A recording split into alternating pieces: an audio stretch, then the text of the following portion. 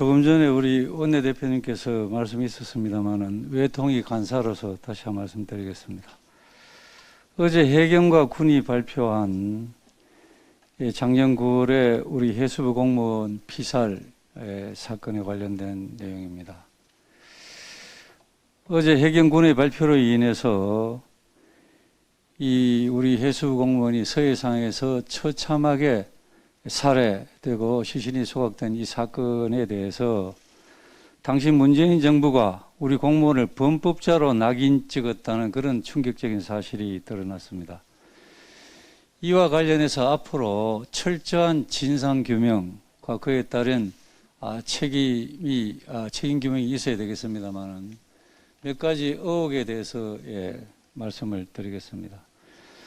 첫째는 대통령이 당시에 우리 국민이 북한군에 억류되었다는 보고를 받고 아무런 조치를 취하지 않았습니다. 대통령이 보고받은 시점에서 3시간 동안 우리 국민은 살아 있었습니다. 그러나 대통령이 우리 국민을 구출하라는 지시를 해경이나 군에 내린 바가 없는 것으로 현재까지 확인되고 있습니다. 우리 국민의 생명을 지켜야 될 가장 중요한 책임을 가진 대통령이 국민의 생명이 지금 위기에 처해 있는데 아무런 조치를 하지 않았습니다. 그리고 그 다음날 새벽에 관련해서 이 안보관계 장관 회의가 열렸는데 대통령은 그 시간에 잠을 자느라고 그 회의에 참석을 하지 않았습니다.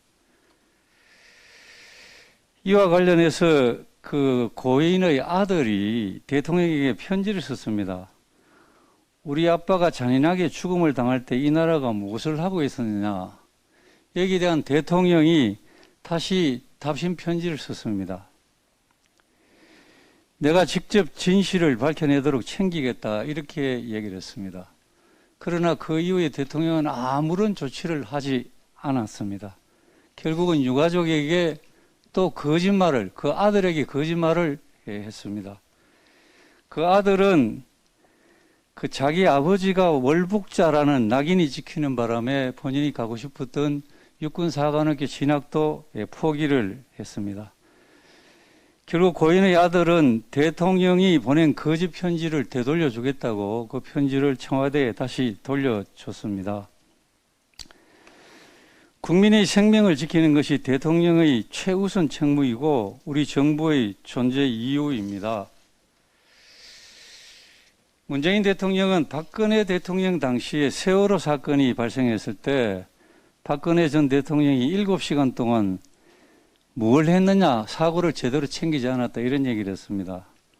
정작 본인은 우리 국민이 적군에게 처참하게 죽어가는 동안 아무런 조치를 하지 않았습니다.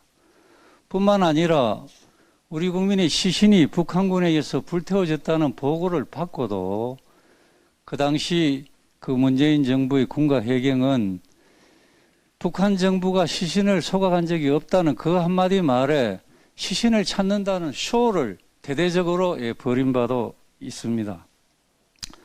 뿐만 아니라 이 북한군의 그 생리에 의하면 현장에서 현장 지휘관이 우리 국민을 총살하고 시신을 소각하고 이렇게 마음대로 할 수 없습니다. 북한 지도부의 지시를 받고 했다고 그렇게 다 추정이 되는 겁니다. 그러한 김정은에 대해서 또 김정은은 자기 고모부를 고사프로 총살한 사람이고 자기 형을 독살한 그 김정은에 대해서 우리 대통령이 김정은 위원장은 인명 존중의 의지가 강한 분이기 때문에 내가 존경한다. 이런 편지까지 쓴 적이 있습니다. 그래서 국제사회에서 대단히 망신을 당한 적이 있습니다. 그래서 이러한 일들에 대해서 어제 정부가 이제 발표를 했습니다만은 이 발표를 시작으로 해서 문재인 정부가 감춘 이 사건과 관련된 모든 사실을 다 밝혀내야 된다고 생각합니다. 우리 국민의힘은 문재인 대통령을 포함해서 관계자 전원에 대해서 본격적인 수사를 촉구하고 모든 힘을 다해서 이 진상을 밝혀내는 것이 국민에 대한 도리라고 생각을 합니다. 고인과 유가족에 대해서 다시 한번 심심한 애도와 유로의 말씀을 전합니다.